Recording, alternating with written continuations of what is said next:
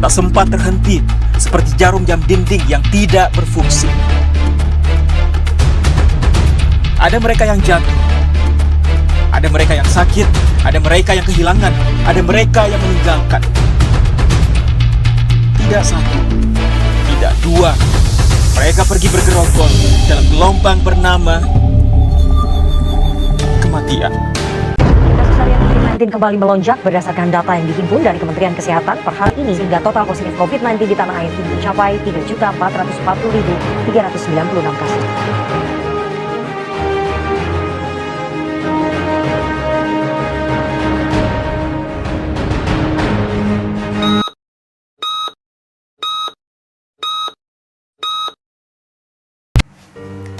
Assalamualaikum warahmatullahi wabarakatuh. Sebelumnya perkenalkan, nama saya Anissa Safira dari Fakultas Psikologi UIN Maulana Malik Ibrahim Malang.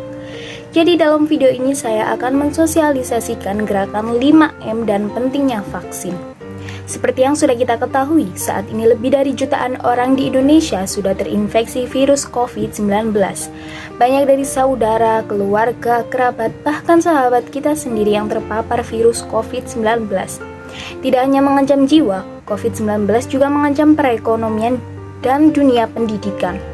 Di sisi lain, ternyata masih banyak orang yang tidak percaya dengan adanya COVID-19 tersebut, sehingga tidak sedikit yang mengabaikan bahkan melanggar protokol kesehatan atau prokes yang telah ditetapkan oleh pemerintah. Maka dari itu, mari kita hidupkan kembali gerakan sosialisasi penerapan prokes atau kesehatan dalam menghadapi COVID dengan sosialisasi gerakan 5M dan pentingnya vaksin. Apa sih gerakan 5M itu? Jadi gerakan 5M adalah 1. Memakai masker, mencuci tangan dengan sabun, menjaga jarak, menghindari kerumunan, membatasi kegiatan di luar rumah. Untuk selanjutnya saya akan membahas satu persatu gerakan 5M tersebut. 1. Memakai masker. Mungkin dari kalian masih bertanya-tanya, siapa aja sih yang harus memakai masker? Oke, saya akan jelaskan. Yang pertama, orang yang beraktivitas di luaran rumah. Kenapa? Karena orang tersebut beresiko tinggi terpapar debu jalanan saat beraktivitas di luaran ruangan, sehingga sangat disarankan untuk selalu memakai masker. Yang kedua, orang-orang yang sedang sakit infeksi pernafasan seperti flu, TBC, atau orang yang sedang terpapar virus COVID-19. Yang ketiga, orang yang merawat pasien dengan infeksi pernafasan. Yang keempat, orang yang mengunjungi klinik atau rumah sakit, termasuk dokter dan perawat-perawat yang ada di rumah sakit tersebut. Dan yang terakhir adalah pekerja yang menangani makanan. Itu diwajibkan untuk memakai masker.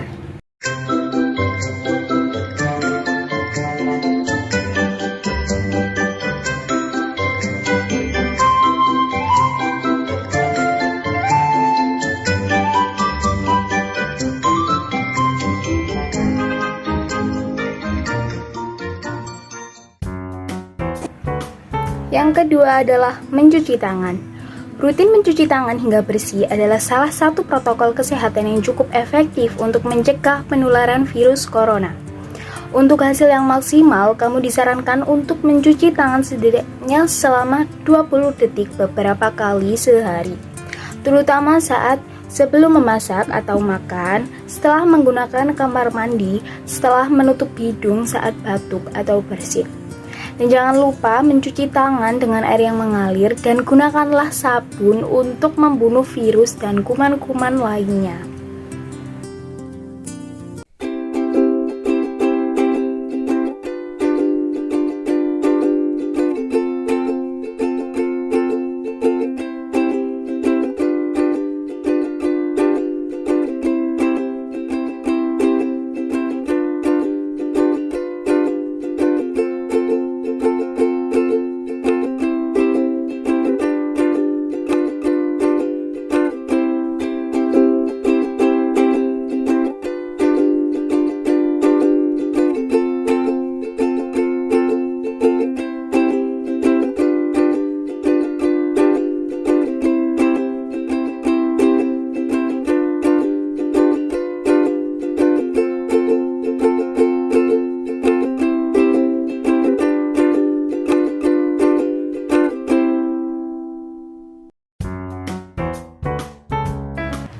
ketiga, menjaga jarak.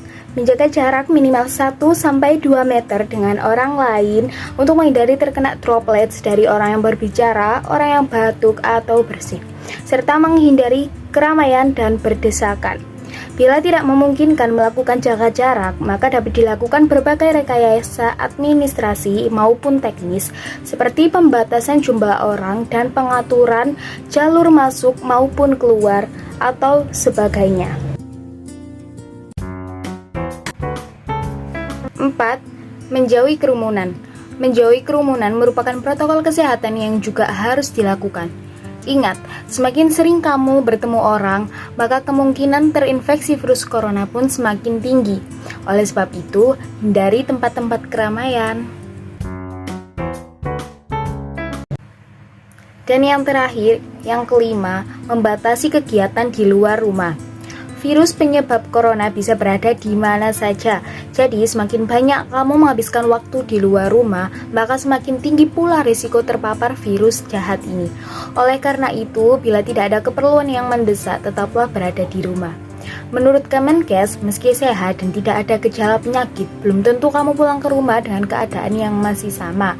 Pasalnya, virus corona dapat menyebar dan menginfeksi seseorang dengan sangat cepat.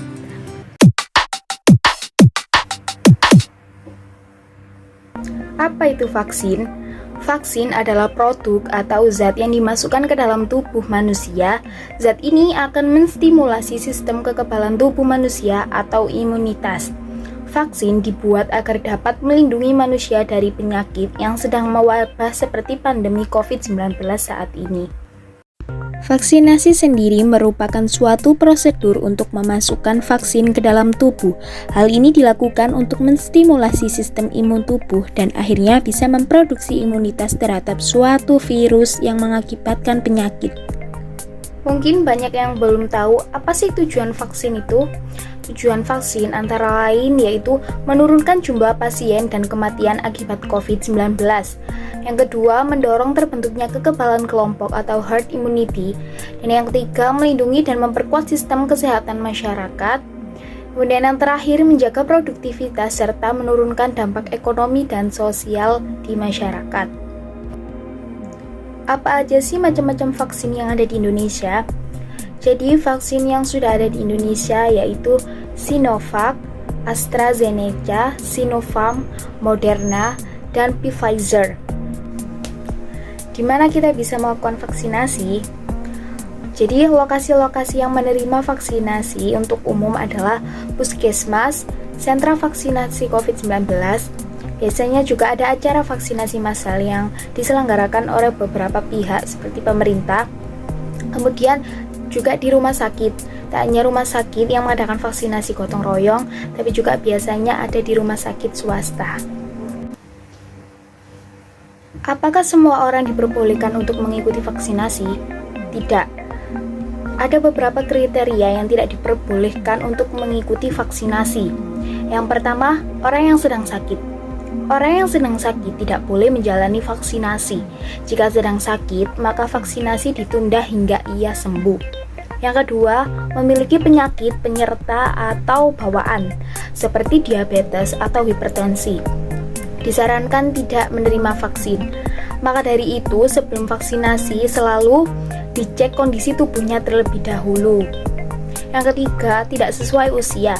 Sesuai anjuran pemerintah, orang yang mendapatkan vaksinasi COVID-19 adalah kelompok usia 18 tahun ke atas. Artinya, mereka yang di luar usia tersebut, seperti anak-anak, belum boleh menerima vaksin. Dan yang terakhir adalah memiliki riwayat autoimun. Apa saja sih efek samping setelah vaksin? Jadi, tidak semua orang yang menerima vaksin COVID-19 mengalami reaksi setelah vaksinasi atau yang dikenal dengan KIPI, kejadian ikutan pasca imunisasi. Jikapun terjadi, reaksi yang timbul adalah wajar. Apa saja yang termasuk KIPI? Antara lain nyeri pada lengan di tempat nyeri, sakit sendi, menggigil, mual atau muntah, rasa lelah, dan yang terakhir adalah demam ditandai dengan suhu tubuh di atas 37,8 derajat Celcius.